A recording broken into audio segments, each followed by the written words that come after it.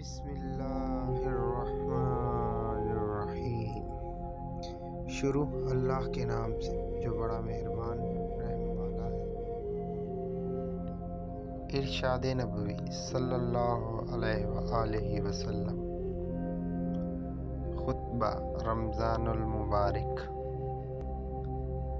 حضرت سلیمان فارسی رضی اللہ تعالی عنہ سے روایت ہے کہ رسول اللہ صلی اللہ علیہ وآلہ وسلم نے شعبان کے آخری دن میں ہم میں واعظ فرمایا تو فرمایا: اے لوگو، تم پر علم والا مہینہ نازل ہو رہا ہے۔ یہ مہینہ برکت والا ہے، جس کی ایک رات ایسی ہے جو 1000 مہینوں سے بہتر ہے۔ وہ یہ مہینہ ہے جس کے روزے اللہ نے فرض کیے اور جس کی رات کا قیام نفل بنایا۔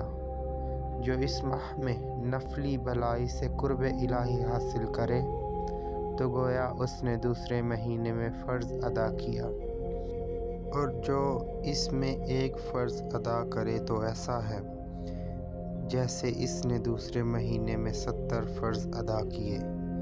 یہ صبر کا مہینہ ہے اور صبر کا ثواب جنت ہے۔ یہ غربا کے غم خواری کا مہینہ ہے۔ یہ وہ مہینہ ہے جس میں مومن کا رزق بڑھایا جاتا ہے۔ جو اس مہینے میں کسی روزے دار کو افطار کرائے تو اس کے گناہوں کی بخشش اس کی گردن کی آزادی آگ سے ہوگی، اور اسے روزے دار کا ثواب ملے گا، اس کے بغیر کہ وہ روزہ دار سے کچھ کم ہو۔ ہم نے عرض کیا: یا رسول اللہ، ہم میں سے ہر شخص وہ نہیں پاتا جس سے روزہ افطار کرائے۔ تو رسول اللہ نے فرمایا کہ اللہ ثواب اسے بھی دے گا جو روزہ دار کو ایک گھونٹ دودھ یا کھجور یا ایک گھونٹ بھر پانی سے افطار کرائے، اور جو روزہ دار کو سحری کرائے اللہ اسے میرے حوض سے وہ پانی پلائے گا کہ کبھی وہ پیاسا نہ ہوگا حتیٰ کہ جنت میں داخل ہو جائے۔